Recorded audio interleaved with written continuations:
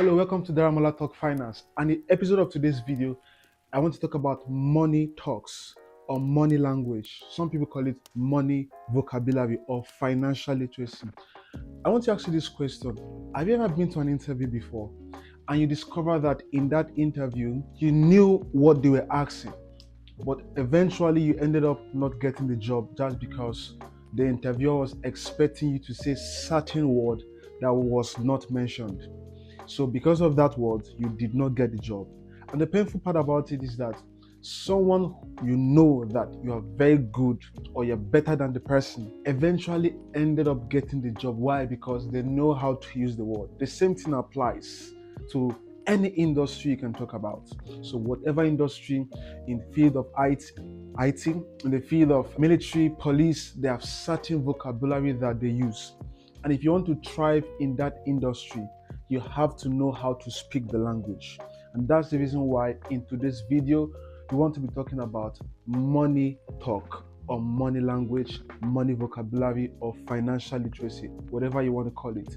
But you get the gist. We want to know the talk of money. Now, I want you to understand, I was once in a class in user research, and I discovered that in that training, they were mentioning the word stand up, and I keep wondering, what do they mean by the word stand up? And I discovered that in that class, I was just a person that is coming from the field of finance, and I want to go into IT, and the rest of the people in the class are actually in the field of IT, so they understood the language, but I didn't understand. So I had to humble myself to go to Google to search for what's the meaning of stand up, so that I can be able to relate with them. Fair enough, I can be able to communicate with them in such a way that I can bless them and they can also bless me. The same thing applies in the field of finance and investment. You need to understand certain words because that will determine how good or how bad you're going to perform in the field of money, in the field of wealth, in the field of prosperity. There are certain words you must be able to speak. If you don't have those words, it may likely affect your performance financially. For instance, a lot of people say their house is their asset. That's not a bad statement, or that's not a wrong statement, but it depends on how you are actually seeing your house, because your house may be a liability and your house can be an asset.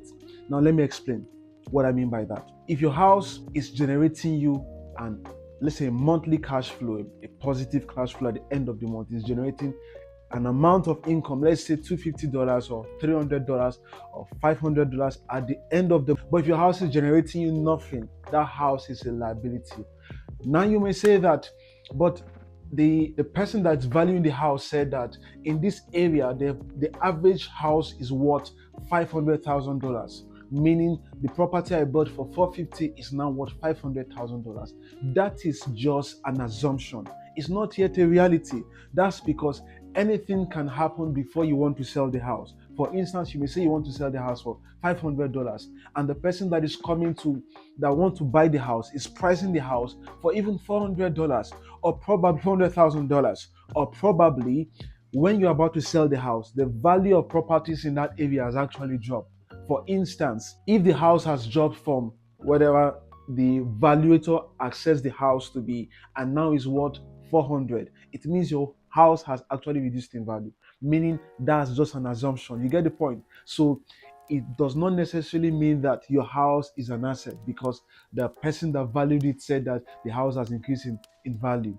It can actually drop in the time of sale. Also, at the end of the month, most often than not, you end up fixing something that is damaged in the house, meaning the house is actually taking something away from you rather than adding something to you.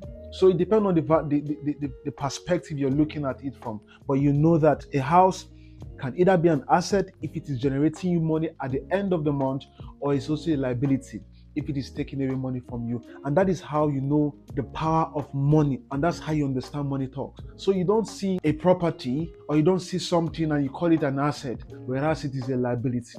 You discover that will be affecting you financially, to be affecting your pocket, because of you don't actually know the right word to use for what you have.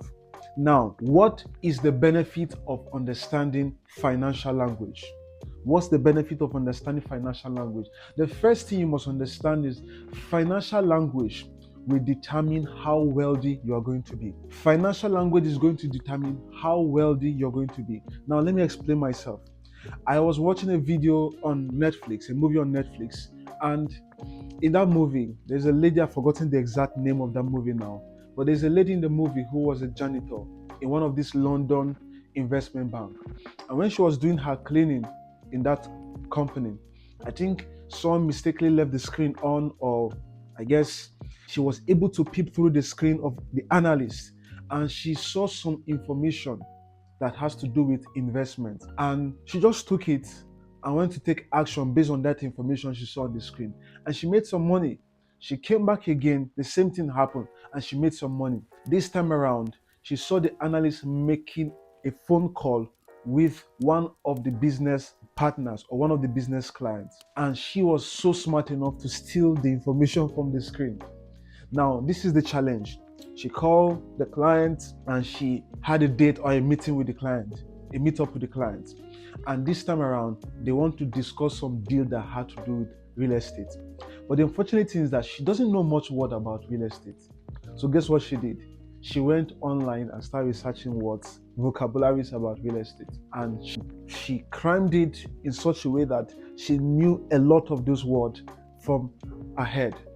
So when it was the day for the meeting, she was approaching where the client was actually sitting down, but she did something very smart. She picked up her phone and she started making a fake call. She was making a fake call and she started using some real estate vocabulary. And guess what? The client that was sitting down turned behind and he was wondering, who is this lady that is actually speaking the language that he knows? And that was how she was able to get his attention. So the deal was so simple. And she just said, what's your name? Is it Mr. John? And he said, yes, it's Mr. John. Okay, and she says, she is Sister K. And that was how they were able to blend together because they were speaking the same language. Now, I want you to understand that the level at which you communicate will determine your wealth. This is why I said that fortunately for you, you must have gone for an interview and you know the stuff so much. You understand what they're talking about so much. But just because you couldn't use the right word that the interviewer was expecting from you as interviewee, you didn't use the right word, that cost you the job. That cost you that £100,000 or $100,000 a year job. You get the point? So that's why I said your word, your financial word will determine your wealth. The second thing is that your financial word will transform your mind because your mind don't actually, or your brain don't actually know what is actually fake or real. Your brain doesn't know what is fake or real. If you keep saying that you are rich, you are rich. Now you get to a point in time that sticks to your mind, that sticks to your brain, and it accepts it as a reality. And the same thing applies. If you keep saying you're poor, you're poor, it got to a point in time that it gets sticks in your mind and your mind thinks that you're actually poor. Unfortunately, you just start making decisions that will lead you to poverty. And the same thing applies if you keep speaking that you're wealthy, you're rich, you start creating or you start making decisions, you start creating thought within your mind, you start creating thought within your reality that is going to make you wealthy. So that is why I said financial word also transform your mind.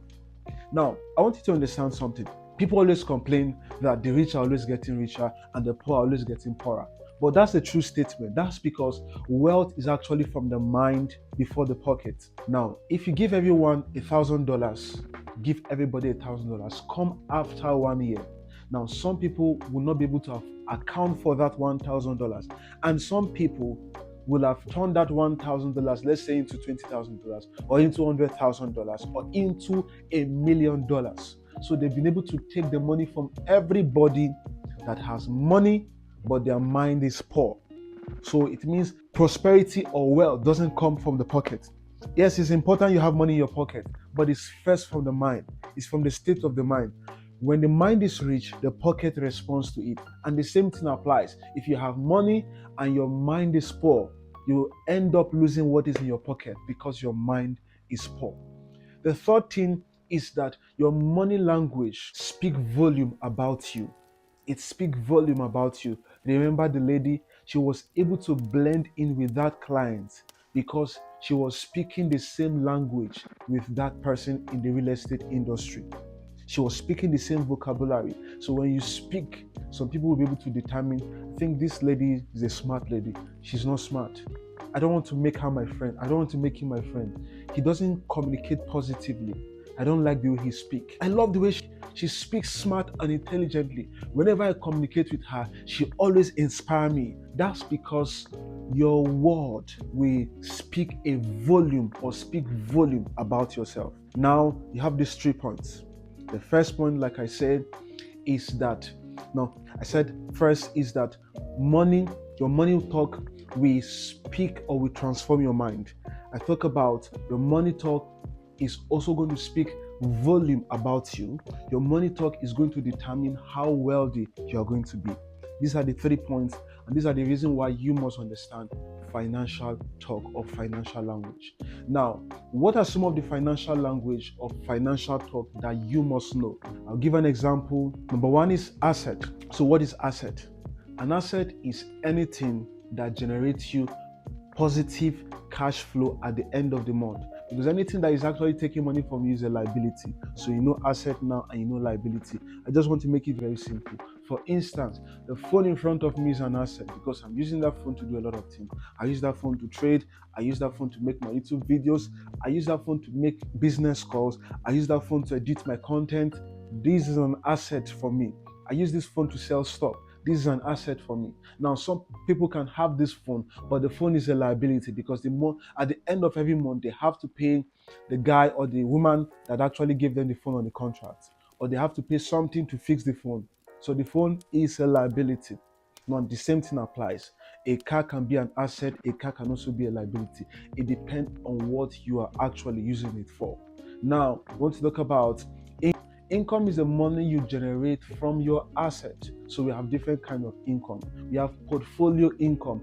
A portfolio income is the money you make from portfolios. Let's say you have shares, you have stocks, you have bond, you have insurance and all of that. I've talked about that in my video. So you should do it to click on the channel, subscribe, and also watch some of my videos so you can get yourself updated with a lot of this information. You'll do yourself good when you keep yourself updated with the videos that I have on this channel.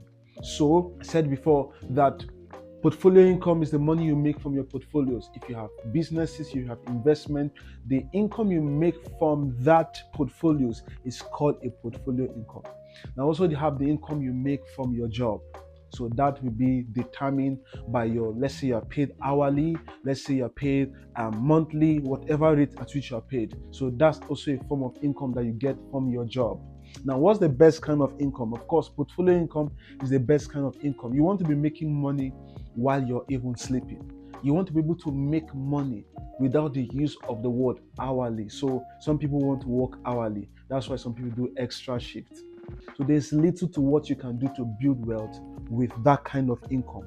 You need portfolio income. So start building portfolio, like I said, with as simple as $1, as simple as $10, you can actually start buying shares of company. Of course, yes, you can start buying shares of company. And now it's very easy. Just go online, trading 212. If you're from America, Robinhood, you can actually open a brokerage account in second, guys, in second. And some of these companies, when you open an account with them, you get free stocks. So that's how you start building wealth. You start testing the waters by that little experience. Don't complain to say that you need to have $1,000 before you start investing. No, guys, as little as $1, you can actually start investing. So portfolio income. Now, what other things you want to know about? Cash flow is the rate at which money comes in and out of a business. Money comes in and money goes out of the business. So you want to make sure that at the end of the period, at the end of the month, or at the end of the year, or at the end of the quarter, you are generating a positive cash flow. Right? So you want to know debt. We have good debt, we have bad debt is the one you get because you took a loan from, let's say you got a credit card and you use that money for a vacation. You know that you have to pay that money. Now, a good debt can be a debt which you get from the bank to buy a property, an investment property. And now that property is able to pay for the interest on that loan from the bank and also other expenses. And at the end of the month, you still have a positive cash flow of $250. So imagine you have $250 and you have 1,000 property, guys. What that equals to is $250,000. Get to think about it.